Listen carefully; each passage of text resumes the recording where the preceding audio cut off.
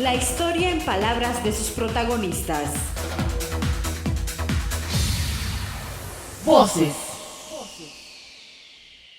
Hoy en la sección Voces nos encontramos con la doctora Nora Hernández Cuevas, profesora investigadora del Centro de Investigaciones Regionales Dr. Hideo Noguchi, e impartirá una conferencia Parásitos transmitidos por vectores de importancia en salud pública. Bienvenida a este espacio. Gracias, qué amable.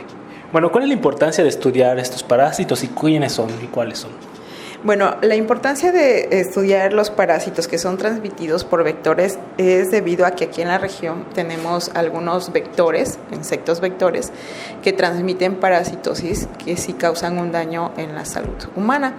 Uno de ellos es el parásito que se llama Trypanosoma cruzi, que es transmitido por un insecto vector conocido como pic en maya o en otras regiones de México como chinche besucona. Entre ellos, ¿nos podría hablar un poquito más sobre ellos? ¿De qué afectan al cuerpo humano y cómo lo afectan? Claro, en el caso particular de Trypanosoma cruzi es un parásito que es transmitido a través de la picadura de este insecto, de este pic, y una vez que el humano es picado por el insecto, la chinche o el pic defeca cerca de la zona donde picó, y entonces al rascarse uno inocula los parásitos, es decir, los puede introducir uno mismo por esta acción mecánica al organismo, y entonces una vez que están o que han ingresado al cuerpo, entran al torrente sanguíneo y puede llevarse a cabo la parasitosis, la infección. Estos parásitos tienen una fase extracelular, es decir, van a circular, pero va a llegar un momento en el que son capaces de invadir células y van a pasar a una fase intracelular. ¿Esto qué quiere decir? Que van a utilizar la célula para poder dividirse, replicarse. Posteriormente van a volver a cambiar de forma a una fase extracelular, van a lisar la célula, es decir, romper esa célula para continuar el ciclo, ¿no? Es un ciclo extracelular, intracelular.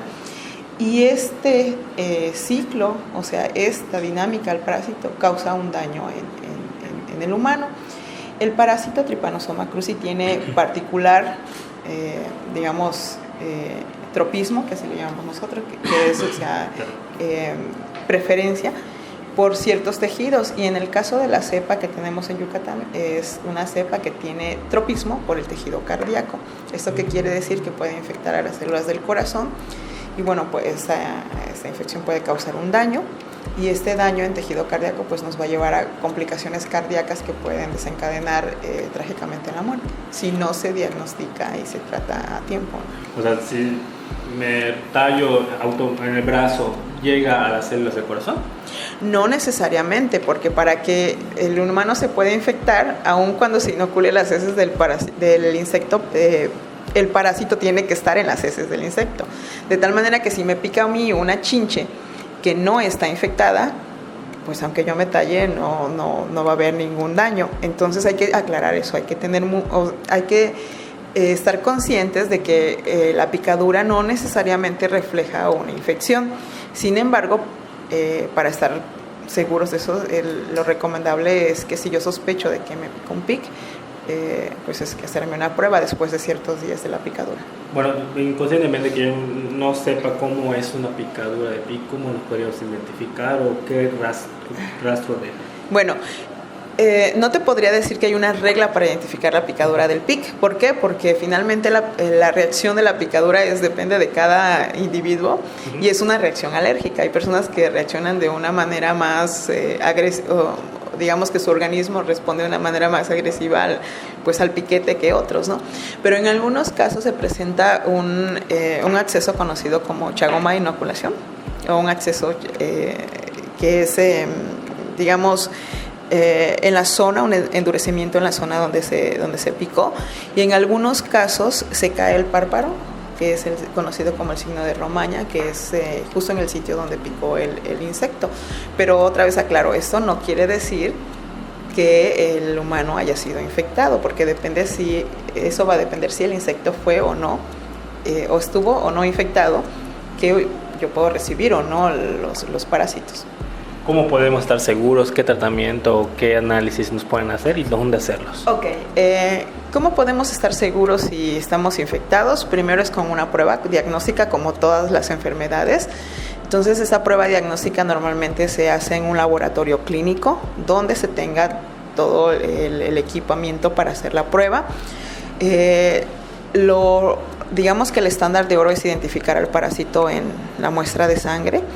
Sin embargo, hay ocasiones en las que ya no es posible identificarlo, puesto que ya pasó la fase donde los parásitos estaban elevados en sangre.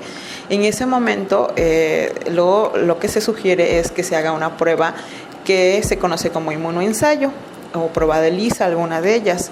Y estas pruebas se basan en la identificación de anticuerpos contra el parásito presentes en la sangre del paciente. ¿Cómo en qué lugar, donde hay uno de estos laboratorios que lo podemos hacer? Ok, tenemos por parte de la universidad, en el laboratorio del Centro de Investigaciones Regionales, en el laboratorio de hematología, se cuenta con ese servicio.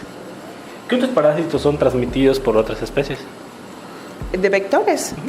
Tenemos también los casos de leishmania o leishmaniasis, que es más bien la enfermedad es leishmaniasis, que es causada por un parásito llamado leishmania y que a su vez es transmitido también por un insecto. En este caso es una mosquita, una mosca que digamos que del género Luxomia y que también existen en la península de Yucatán. ¿Cómo nos transmiten? ¿A través de qué? A través de la picadura de la mosca. ¿Cuáles son los síntomas? Y pues igual, si se podría algún caso de explicar cómo nos podríamos dar cuenta de un posible contagio. Sí, en este caso hay diferentes tipos de leishmaniasis. Sin embargo, la que tenemos en la región es una leishmaniasis cutánea y hay una lesión. Una vez que obviamente esto en caso de que se hayan inoculado los parásitos, vuelvo a aclarar, no es solo la picadura, ¿no?, del insecto vector. Y en el caso de la leishmaniasis cutánea, pues se lleva a cabo una lesión cutánea en la región donde se picó. Por ejemplo, no sé si has escuchado hablar del caso de la úlcera del chiclero. Algunos trabajadores, ¿no?, que tienen contacto directo con el insecto, con la mosquita, pues son picados generalmente en la oreja y pues tienen ulceraciones y tienen heridas bastante notorias, ¿no? Entonces es el caso de la leishmaniasis. Bueno, doctora, ¿cuál es la importancia entonces de estudiar este tipo de temas aquí en Yucatán? La importancia en general es porque son un problema de salud, o sea, son problemas que existen, son vectores, los insectos que son los vectores existen en Yucatán y se han encontrado parásitos que son transmitidos por esos vectores y hay pacientes que son seropositivos, entonces la importancia es que tenemos los casos aquí y pues son de interés para nuestra región, hay que ocuparnos, ¿no?, de investigarlos. ¿Qué otras líneas de investigación están manejando ustedes como investigadores en sus propias líneas? Nosotros particularmente en mi laboratorio trabajamos, en el laboratorio de parasitología donde yo me encuentro adscrita, trabajamos con Trypanosoma cruzi, que es el parásito transmitido por el PIC, y nosotros lo abordamos desde diferentes perspectivas, desde el diseño de una vacuna terapéutica, desde el control vectorial, y en mi caso particular desde la búsqueda de biomarcadores, es decir, moléculas que nos sirvan de alguna manera para predecir pues tanto la infección como el daño o predecir el daño cardíaco, ¿no?, sin necesidad de llegar a la fase crónica ya avanzada. Y también biomarcadores pues que nos ayuden de alguna manera a predecir la respuesta al tratamiento. En cuestión de Chagas, ¿cuál es el tratamiento que les da a un paciente que ya se ha identificado como que tiene esta enfermedad? Hay dos tratamientos para la enfermedad de Chagas, son el nifurtimox y el metronidazol, y ambos tratamientos se pueden dar a los pacientes. ¿De qué tratan? ¿Cómo son los tratamientos? Son tratamientos que van directamente a eliminar al parásito. ¿Por medio de inyecciones, pastillas? Pues es que eso va a depender ya de la presentación farmacéutica, ¿no? Que se... Ok. Entonces, ¿cómo colaboran ustedes? Bueno, ¿cómo están conformados ustedes? ¿Quiénes son en este laboratorio de parasitología? En el laboratorio de parasitología trabajamos varios investigadores. Estamos conformados por el área de vacunas, el desarrollo de vacunas. En esa área trabaja la doctora Liliana, el doctor Vladimir, el doctor Miguel. Por otra parte está lo que es control de vectores, que está el doctor Etienne, el doctor Irving. La parte de imagenología, Aquí está la doctora Paulina y por mi parte el desarrollo de vacunas, que estoy yo. Para más información sobre este tema, ¿dónde los podemos consultar? Claro, con gusto. Pueden visitarnos en el laboratorio de parasitología del CIR, estamos en la unidad inalámbrica, o bien pueden visitar la página de información al respecto. ¿Hay algo más que segregar y decir a nuestros radioescuchas y pues igual por medio de YouTube?